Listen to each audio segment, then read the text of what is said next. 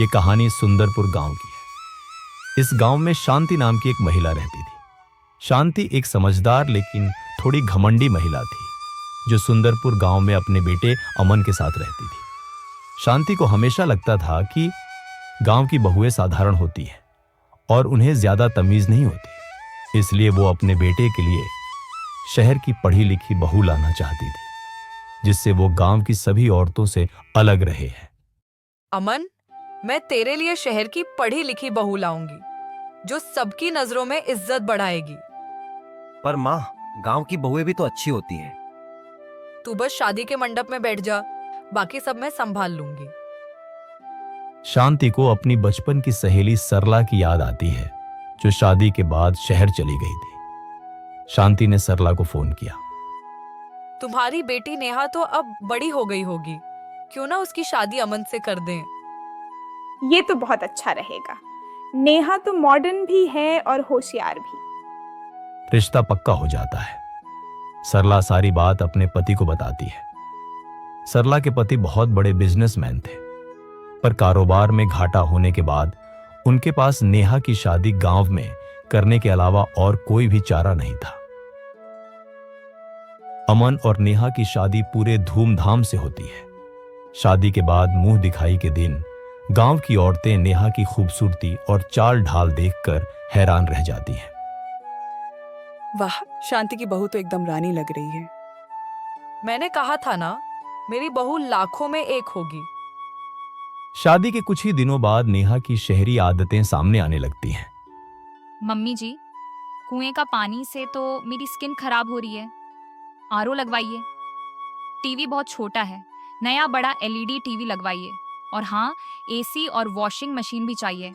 हाथ से कपड़े धोने से तो मेरी नाजुक स्किन खराब हो जाएगी। शांति हैरान रह जाती है। नेहा को गांव का रहन सहन बिल्कुल पसंद नहीं आता। वह बात बात पर नाराज हो जाती। ये क्या है? सुबह सुबह मुर्गे की आवाज से नींद खुल जाती है। मुझे तो शहर की तरह शांति चाहिए। घर का फर्नीचर भी पुराना है, मुझे नए मॉडर्न फर्नीचर चाहिए। नेहा, थोड़ा गांव के माहौल में ढलने की कोशिश करो। मुझे यहाँ के तौर तरीके पसंद नहीं, मुझे मॉडर्न लाइफस्टाइल चाहिए। नेहा गांव में भी अपने शहरी ढंग से रह रही थी। उसे लोगों की कोई परवाह नहीं थी। नेहा के छोटे कपड़ों और मॉडर्न लाइफस्टाइल को लेकर गांव की महिलाएं बातें करने लगती हैं। अरे शांति, कैसी बहू लाई हो? ये तो गांव की इज्जत मिट्टी में मिला रही है। शांति को यह सब सुनकर शर्मिंदगी महसूस होती है। क्या करूं, मैं खुद अपनी इज्जत दांव पर लगा बैठी। एक दिन नेहा ने शांति के सामने अपनी मांगे रख दी। मुझे घर का रेनोवेशन चाहिए, मार्बल लगवाइए, बड़ा एलईडी टीवी चाहिए और किचन को मॉडर्न बनवाइए। ये सब कैसे संभव होगा? तो जमीन बेच दीजिए, सोना गिरवी रख दीजिए। मैं यहाँ इस माहौल में और नहीं रह सकती। नेहा, तुम हद पार कर रही हो। अगर मेरी बातें नहीं मानी गईं, तो मैं मायके चली जाऊंगी। नेहा दिन ब दिन अपनी मांगे बढ़ाती गई।